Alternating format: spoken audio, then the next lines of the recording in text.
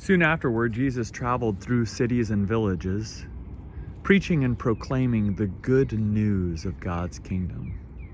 The 12 were with him, along with some women who had been healed of evil spirits and sicknesses. Among them were Mary Magdalene, from whom 7 demons had been thrown out, Joanna, the wife of Herod's servant Chuza, Susanna, and many others who provided for them out of their resources.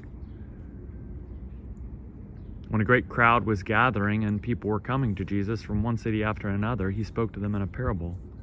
A farmer went out to scatter his seed. As he was scattering it, some fell on the path where it was crushed, and the birds in the sky came and ate it. Other seed fell on rock. As it grew, it dried up because it had no moisture. Other seed fell among thorny plants. The thorns grew with the plants and choked them. Still other seed landed on good soil. When it grew, it produced 100 times more grain than was scattered. As he said this, he called out, "Everyone who has ears should pay attention." His disciples asked him what this parable meant. He said, "You have been given the mysteries of God's kingdom. But these mysteries come to everyone else in parables, so that when they see, they can't see, and when they hear, they can't understand. The parable means this: the seed is God's word. The seed on the path are those who hear.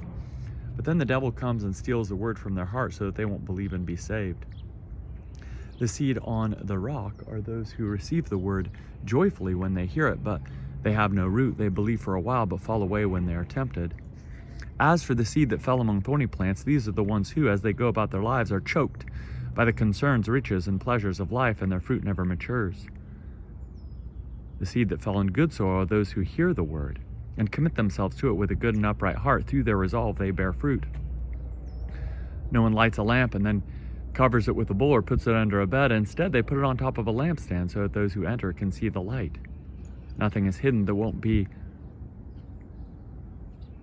exposed, and nothing is concealed that won't be made known and brought out into the light. Therefore, listen carefully. Those who have will receive more, but as for those who don't have, even what they seem to have will be taken away from them." His mother and brothers came to him, but were unable to reach him because of the crowd. Someone told him, "Your mother and brothers are standing outside wanting to see you." He replied, "Who are my mother and brothers?" Someone said to him, "Your mother and brothers are standing outside wanting to see you." He replied, "Who are my mother and brothers? Whoever listens to God's word. My mother and brothers are those who listen to God's word and do it."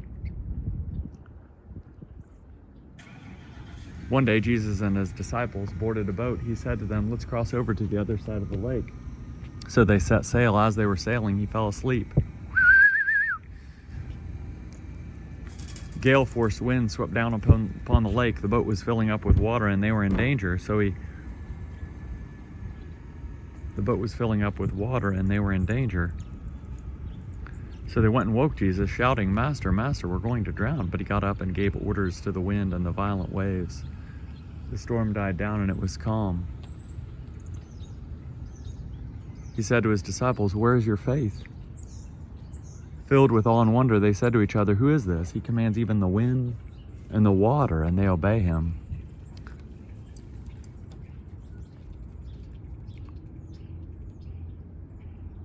Jesus and his disciples sailed to the Gerasenes' land, which is across the lake from Galilee.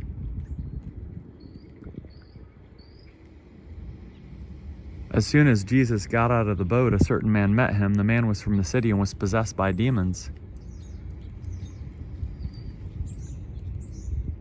For a long time he had lived among the tombs, naked and homeless. When he saw Jesus, he shrieked and fell down before him. Then he shouted, "What have you to do with me, Jesus, Son of the Most High God? I beg you, don't torture me."